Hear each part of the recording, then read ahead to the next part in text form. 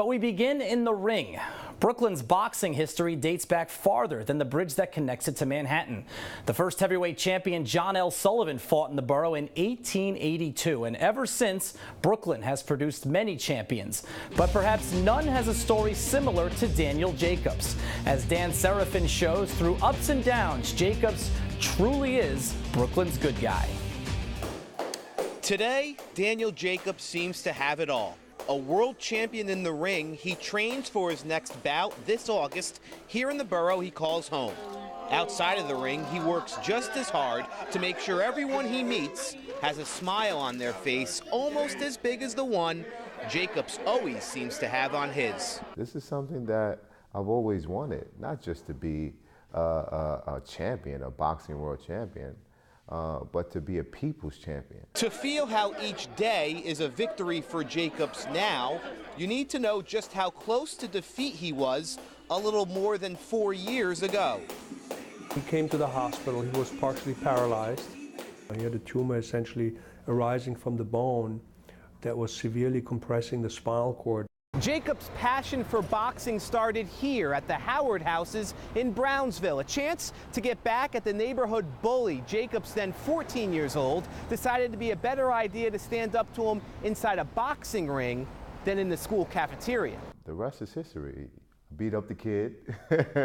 He never returned to the gym, and I found, love for the sport. I knew I had some talent because first 6 months into boxing, I won my first national championship. He won New York's Golden Gloves 4 times. I started to travel the world. I started to see so many different things in so many different places. Being from Brownsville, I never had the chance to really see outside of my neighborhood. So boxing was my savior. Then nicknamed the Golden Child, Jacobs won his first 20 pro fights, but was still just a young man. 22, 23 years old, and in and out of clubs, not really taking my boxing career that serious because I was gifted, right? When you're gifted, you don't have to go the extra mile. His first loss as a pro came in July of 2010. Jacobs fought twice more, both victories, before he started feeling a growing weakness throughout his body. We flew over on the USO tour to Iraq, and that's when I really started to feel weak in my legs. Within 2 months, Jacobs couldn't walk. Doctors at New York Presbyterian had to work quickly. Diagnosed with osteosarcoma, a cancerous tumor attached to Jacobs' spinal cord was growing rapidly. An urgent operation to take the pressure off the spinal cord. It was a somewhat new procedure using a GPS system that allowed doctors, led by Dr. Roger Hartle, to accurately perform surgery without opening up the entire spine. I remember being in the hospital and having nights where I used to cry. I didn't think it would be possible for me to be able to perform again because at the point where I was paralyzed was probably my worst state ever.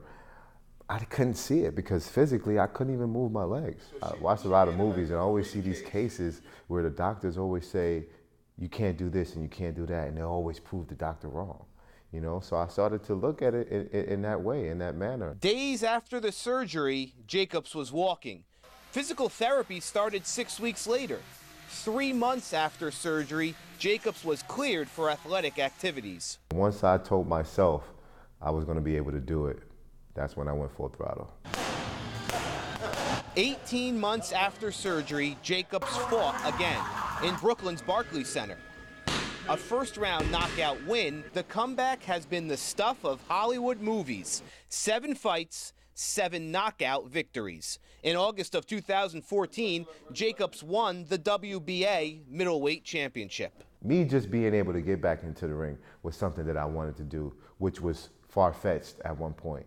So for me to become a champion and do it in the manner in which I've done it, 7 knockouts since I've been back, it's unheard of. As Jacobs' story spread, his profile grew, but he's determined to do good first and foremost by his community. I'm still in Brownsville to show these people and to show my people, I'm here. I haven't made it until I've done some good in my community. Handing out food and gifts, Jacobs returned to this Brownsville apartment building days after we went with him to give more. These are my Brownsville community. I connect with these people. Among the boxing community, Jacobs is a star. Meeting with former fighters from the city, he's the guy everyone wants a picture with. I'm proud of my story. I've done it. I'm never going to get tired of telling it because there's always going to be someone who could be inspired by my story. For News 12 Overtime, I'm Dan Serafin.